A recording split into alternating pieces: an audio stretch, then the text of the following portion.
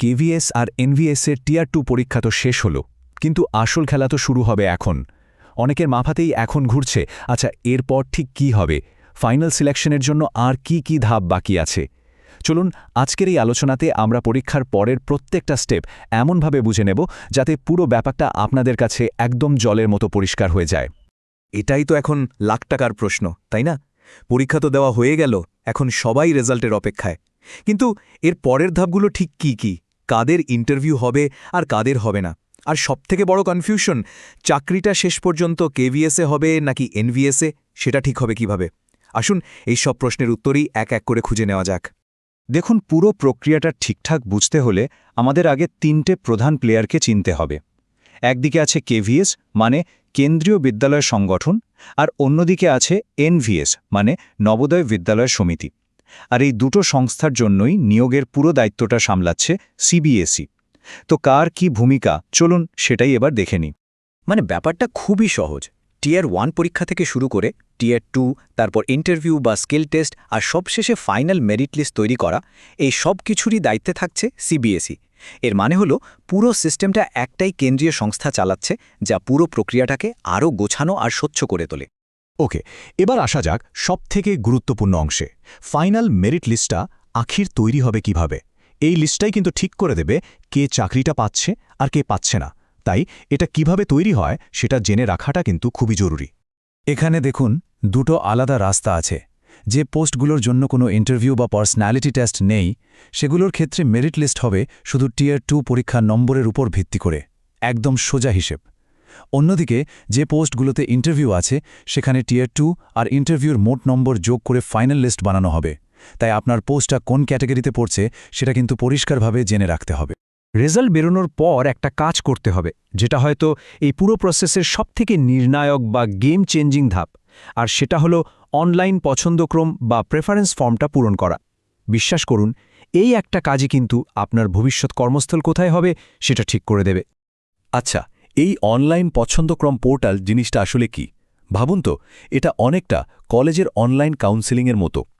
যারা মেরিট লিস্টে জায়গা পাবেন তাদের জন্য একটা নির্দিষ্ট সময়ের জন্য এই অনলাইন পোর্টালটা খুলে দেওয়া হবে।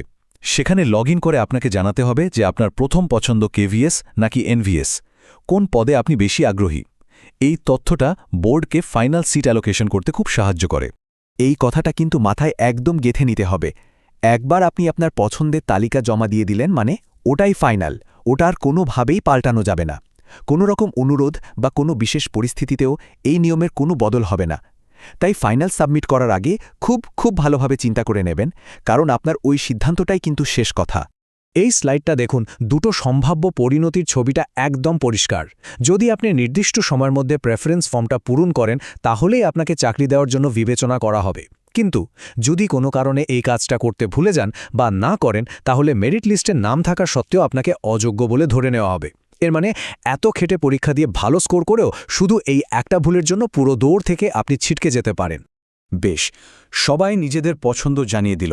এরপর বোর্ড ফাইনাল অ্যালোকেশনটা করে কিভাবে, মানে পরীক্ষার্থীর র্যাঙ্ক আর তার পছন্দের মধ্যে ব্যালেন্সটা কিভাবে করা হয়, চলুন এবার সেই প্রক্রিয়াটা একটু বুঝে নেওয়া যাক। এই একটা সংখ্যায় কিন্তু ফাইনাল সিট অ্যালোকেশনের মূল মন্ত্রটাকে বুঝিয়ে দিচ্ছে। আর সেই নীতিটা হলো এক প্রার্থী একটিই পদ। এর মানেটা কি? ধরুন এমন হতেই পারে যে একজন পরীক্ষার্থী একাধিক পোস্টের জন্য কোয়ালিফাই করেছেন, দারুণ ব্যাপার। কিন্তু যখন ফাইনাল সিট দেয়া হবে, তখন তার র্যাঙ্ক আর পছন্দের তালিকা অনুযায়ী যে কোনো একটা সেরা পোস্টই তাকে দেওয়া হবে। এটা করা হয় যাতে একটাও সিট নষ্ট না হয় আর যত বেশি সম্ভব যোগ্য প্রার্থী চাকরিটা পেতে পারে। তো পুরো প্রক্রিয়াটা তো আমরা বুঝলাম। চলুন সবশেষে কয়েকটা গোল্ডেন রুলস আর টিপস দেখে নিই, যেগুলো প্রত্যেক পরীক্ষার্থীকে মাথায় রাখতেই হবে, একদম ভুললে চলবে না। এই কয়েকটা কথা অবশ্যই মনে রাখবেন। প্রথমত, এই নিয়োগে কোনো ওয়েটিং লিস্ট থাকছে না, মানে যা হবে একবারে ফাইনাল।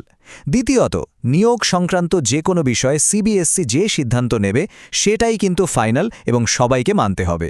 3 নম্বর, আর এটা সবথেকে জরুরি, নিয়মিতভাবে অফিসিয়াল পোর্টালটা চেক করতে হবে। সব আপডেট, সব খবর কিন্তু ওখানেই আসবে। আর সবশেষে, যদি কোনো নিয়ম বদলায় সেটাও নোটিশের মাধ্যমেই জানানো হবে। তাই চোখ কান খোলা রাখাটা মাস্ট। তাহলে পুরো ছবিটা এখন আশা করি পরিষ্কার। প্রত্যেকটা স্টেপই জরুরি, কিন্তু ওই প্রেফারেন্স দেওয়ার ব্যাপারটা কিন্তু ভাইটাল। সুতরাং এই ফাইনাল স্টেজের জন্য মানসিকভাবে তৈরি থাকুন আর প্রত্যেকটা নিয়ম ঠিকঠাকভাবে মেনে চলুন। এটাই কিন্তু সাফল্যের চাবিকাঠি। আশা করি এই আলোচনাটা আপনাদের প্রস্তুতিতে অনেক সাহায্য করবে।